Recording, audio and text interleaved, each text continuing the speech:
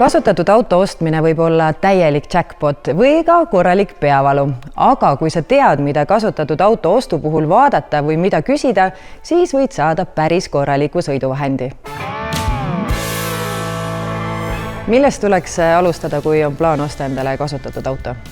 No neid asju on väga palju, mida kõigepealt vaadata, aga võib-olla esmalt, et milleks autot vaja on, kas suurele perele endale lihtsalt sõitmiseks või pühapäevaautot, et kus temaga sõidetakse, et ainult linnas, käiakse ka maal, kus on vaja võib-olla nelikvedu, et kas on pikad sõidud või palju kilomeetreid, et seal tuleb siis kütusekulu juba mängu, et kui on aastane läbisõit ikkagi mitukümmend tuhat, siis tuleb seda vaadata, kui sõidad ainult linnas natukene või on elektriauto, et siis ei ole see oluline.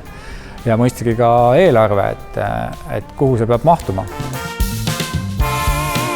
Millised on kõige levinumad vead, mida inimesed siis kasutatud autot ostes teevad? No esimene asi on emotsiooniost. Et paraku paljud lähevad selle õnge, et näevad head hinda, näevad läikivad autot ja teevad selle tehingu kohe ära. Esiteks kontrollimata, milline see auto oli, aga teiseks ka endale nagu selgeks tegemata just mida rääkisime, et kas see vastab tema vajadustele. Kui palju peaks tausta uurima ennem? No, kui müüja ei ole tuntud, siis ma ütleks, et maksimaalselt. Mitte usaldusväärseid müüjaid on palju ja hind võib hea olla, aga et hiljem see kõik maksab kätte. Et kui pead ikka käigukasti või mootorit remontima, siis oleks võib-olla mõistlikum osta 1000-2000 kallimalt ja tuleb odavam. Kui palju inimene ise internetist infot auto kohta leiab või on see puhtalt ainult spetsialisti pärusmaa? No kindlasti, kui on võimalik kaasata alati spetsialiste, aga tänapäeval internetist on saada päris palju. Jah, sealt kõiki kätte ei saa, näiteks mõnel margil on kinni hooldus, ei saa lisavarustust. Küll aga saab mingid põhitõed ja mida ma kindlasti soovitaks, et see auto, mida sa plaanid endal nüüd osta, siis internet on täis review'si nii videodena kui tekstidena. Lugeda need läbi, et mis on nende põhiomadused, mis on miinused, mis on plussid, millega tuleb arvestada, et mingitel autodel on teatud tüüpvead. Mõned tüüpvead on väikesed, et need elab üle, aga mõned on suured ja kallid, et nendest pigem eemal hoida. Väga paljud inimesed tellivad ise või käivad toomas välismaal autot. Mis seal kõige suuremad need ohumärgid on?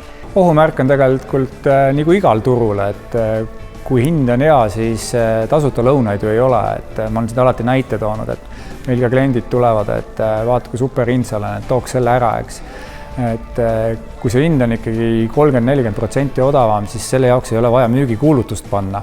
Selle võib viia suvalisse autopoodi ja see ostetakse sult ära selle auto müüja poolt. Ja mitte, et ma nüüd ei räägiks reklaami juttu, aga et neid välismaale minnes, neid riske on lihtsalt nii palju, alates juba sellest, et kui sa kannad raha, kas sa üldse auto vastu saad, siis kuidas on omandisuhe, milline on ta ajalugu, et neid detaile on seal hästi palju.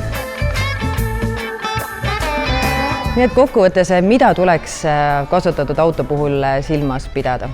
Kindlasti on oluline veenduda selle sõiduki seisukorras ja ajaloos, et see on üks peamisi asju, aga kindlasti sinna muu juurde käive, et millised on konkreetse margimudeli tüüpvead, hoolduskulud või ka kindlustused, kuivõrd kasko võib olla tuhandetes eurodes teatud autode puhul.